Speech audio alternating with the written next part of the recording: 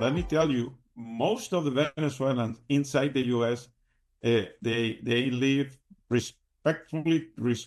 They respect the law. They have a very productive enterprises. They work a lot, and there is a very few fraction of Venezuelans that were introduced inside those migration processes designed by the regime, weaponizing migration and using the migration as a channel to put this kind of criminal gangs inside the U.S. Is that what we're seeing with the Tren de Aragua and some other Venezuelan gangs inside the U.S.? You don't need too many people to create a gang, and we are not sure how many are inside the U.S. right now, but you don't need too many to to destabilize, create chaos, to install organized crime processes inside the U.S. And what we are seeing here is what we saw in Venezuela. The first thing they do is try to take a territory, control of a zone of a place. And once they do that, they begin to install their organized crime business, basically. But it's probably inevitable that can happen when you have this amount of migrants getting into the U.S. If Maduro takes control of the regime again after January the 10th, that process can keep happening.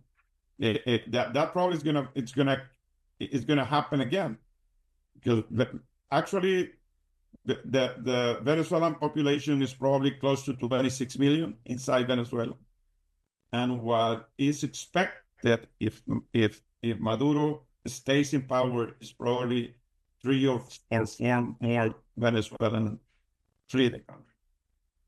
I'm not sure how many could go to the southern border, because they can go everywhere. Venezuela is in the middle of the Americas, so you can walk up north or down to south. But the problem is that the region is saturated by migration, and it's a problem, because inside migration, not only criminals are being a part of this migration, but it's a lot of human trafficking, drug trafficking, and child trafficking. They even traffic children, as you know. So, of course, it's a risk. It's a huge risk keeping Maduro in power, not only because of migration and illegal and weaponized migration, but for the Maduro allies that are extra-continental still, and that are part. They incentivize, they motivate Maduro to do this kind of things. The problem are not Venezuela. The problem is Maduro. And if we do all what we are doing, and we receive the support of the Trump presidency, we receive the support, and we are receiving it right now. And if we receive the support of the whole region, I think we can stop this process very soon. And if we do that, we will see migration going backward. We will see Venezuelans returning to Venezuela, because many of them didn't want to leave. So they are forced to leave Venezuela. So that's the way to solve this problem. Not only the migration problem, a lot of problems in the regions could be solved if we solve the Maduro problem.